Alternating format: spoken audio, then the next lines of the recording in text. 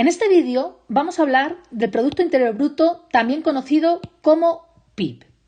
Si se quisiera conocer cómo se genera la riqueza en un país, podríamos medir su producción. En este mapa tenemos lo que se produce en un año expresado en billones de dólares en los distintos países, pudiendo observar que hay países que son capaces de generar mucha más riqueza que otros.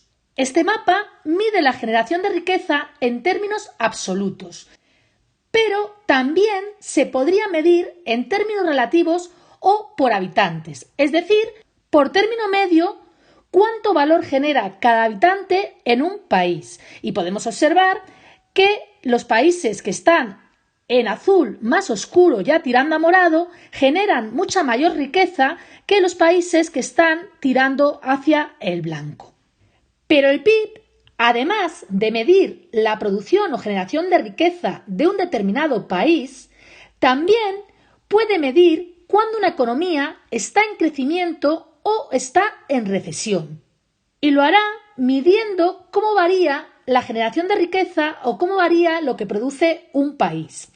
En la siguiente gráfica podemos ver que cuando los valores de la tasa de variación del PIB están por debajo del cero, la economía cae, y cuando está por encima de cero, la economía crece. Por lo que hemos visto que el PIB tiene que ver con la generación de riqueza y la producción. Pero, ¿qué es concretamente el PIB? El PIB, o Producto Interior Bruto, se define como el valor monetario de todos los bienes y servicios finales que se producen en el interior de una economía durante un periodo de tiempo determinado. Vamos a ver esta definición paso por paso. En primer lugar, hablamos de que el PIB es el valor monetario, es decir, que se va a expresar en unidades monetarias. Por lo tanto, se va a poder expresar, por ejemplo, en euros o en dólares. En segundo lugar, hablamos de que mide el valor monetario de todos los bienes y servicios finales, es decir, que son bienes que están listos para la venta. Por ejemplo, en una panadería se incluiría en el PIB el valor de todos los panes producidos, pero no se incluiría el valor de la harina o el valor de la mano de obra invertido, ya que estos valores estarían incluidos en el valor final del pan. Estos bienes y servicios finales van a ser adquiridos o bien por las familias, o bien por las empresas, o bien por las administraciones públicas, bien del mismo país o bien de otro país.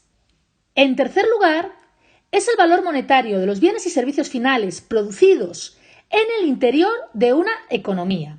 Por ejemplo, si hablamos del PIB de España, se incluirían todos los bienes y servicios finales producidos en el interior de España, pero no se incluirían aquellos productos que han sido fabricados por españoles en otro país.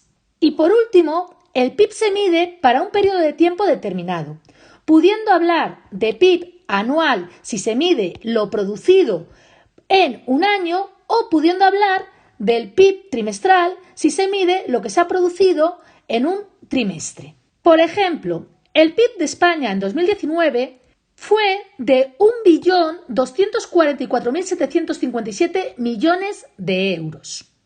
Es decir, que en España en bienes y servicios finales se produjeron 1.244.757 millones de euros.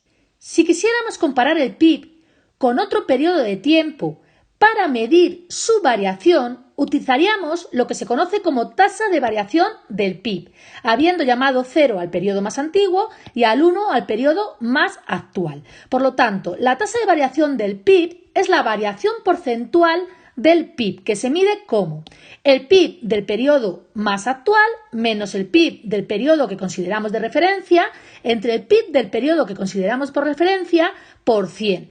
Este 100 nos permitirá expresarlo en porcentaje. Pudiendo ocurrir tres cosas. Si la tasa de variación del PIB es positiva, hablaremos de que el PIB ha aumentado y por lo tanto hablaremos de crecimiento. Sin embargo, si la tasa de variación del PIB es negativa, diremos que el PIB ha disminuido y por lo tanto estaremos hablando de decrecimiento. Y por último, si la tasa de variación del PIB es cero, diremos que el PIB no ha variado y estaríamos hablando de estancamiento en la producción. Si vemos los últimos datos publicados por el Instituto Nacional de Estadística, que son los datos del tercer trimestre de 2020, vemos que la variación respecto del trimestre anterior es positiva, es decir, que el PIB ha aumentado un 16,4% respecto del segundo trimestre de 2020. Sin embargo, si comparamos con el mismo trimestre del año anterior, tenemos que la variación del PIB respecto del tercer trimestre del 2019 ha disminuido un 9% y, por lo tanto, la tasa de variación del PIB anual es negativa. Para terminar, vamos a resumir los dos conceptos estudiados. En primer lugar, hemos visto qué es el PIB o el Producto Interior Bruto, que se define como el valor monetario de todos los bienes y servicios finales que se producen en el interior de una economía durante un periodo de tiempo determinado. Y en segundo lugar, hemos visto cómo se mide la evolución del PIB o la variación, a través de la tasa de variación del PIB, que si es positiva podemos hablar de crecimiento, si es negativa podemos hablar de decrecimiento y si es cero podemos hablar de estancamiento.